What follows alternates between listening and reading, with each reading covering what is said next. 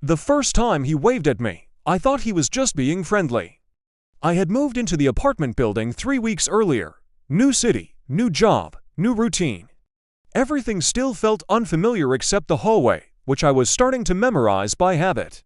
Same walk every morning, same time, same quiet. So when I stepped out at 7:28 a.m. and saw him standing at the far end of the corridor, I didn't think much of it. He smiled, raised his hand, waved. "Morning," he said. "Morning," I replied, nodding politely. Nothing strange about that. The second time felt off. Because it happened again. Same place, same time. 7:28 a.m. He was already there when I opened my door, waiting. "Morning," he said again. "Morning," I replied. I slowed down slightly as I walked past him. "Do you always get up this early?" I asked. He smiled. "I like routines." That answer stuck with me longer than it should have. Over the next few days, it became a pattern. Every morning at exactly 7:28 a.m., he was there. Same position, same relaxed posture, same quiet smile. At first, I assumed he had a similar schedule. Maybe he left for work around the same time. But there was one detail that didn't make sense. He never left. After I passed him, I would glance back. He would still be standing there.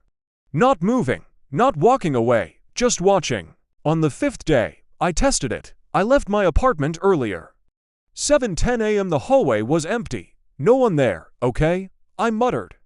So he wasn't just standing there all morning. I waited inside my apartment. Watched the clock. 7:27. 7:28. I opened the door. He was there. Same place, same expression. My chest tightened slightly. "How did you get here so fast?" he smiled. "I've been here." That didn't make sense. I had just checked. "You weren't here a minute ago," I said. He tilted his head slightly. "Are you sure?" I didn't answer. I just walked past him, faster this time. That night, I couldn't stop thinking about it. Something felt wrong. Not dangerous, just off. So the next morning, I changed things again.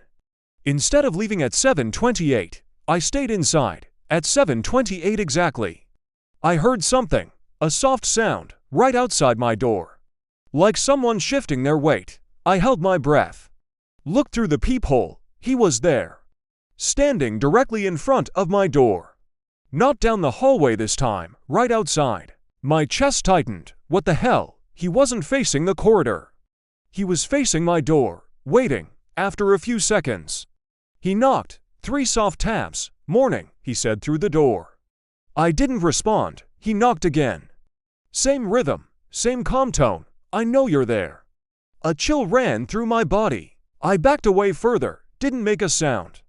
After about a minute, the knocking stopped. I waited, listened, silence, when I finally looked again. The hallway was empty. That was the moment everything changed.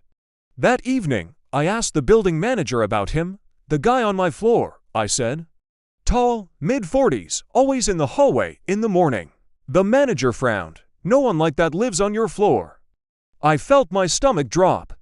"I've seen him every day." He shook his head. "Only 3 units are occupied on that level. Yours, 3B, and 3C. Then who's he visiting?" "No idea," the manager said. That night, I locked my door twice. Checked the windows, made sure everything was secure. At 7:28 the next morning, I didn't move. No footsteps, no sound, no knocking. For a moment, I thought it was over. Then my phone buzzed. Unknown number. I stared at the screen, then answered, "Hello." Silence, then, his voice. "You changed your routine." My chest tightened. "How did you get my number?" A pause. "You're harder to predict now." "What do you want?" I asked. Another pause, longer this time. Then, "I want you to go back." Back to what? To how things were. My grip tightened on the phone. "No." The line went silent, then one last sentence came through. "Then I'll adjust." That night, I barely slept. Every sound felt louder, every shadow felt closer.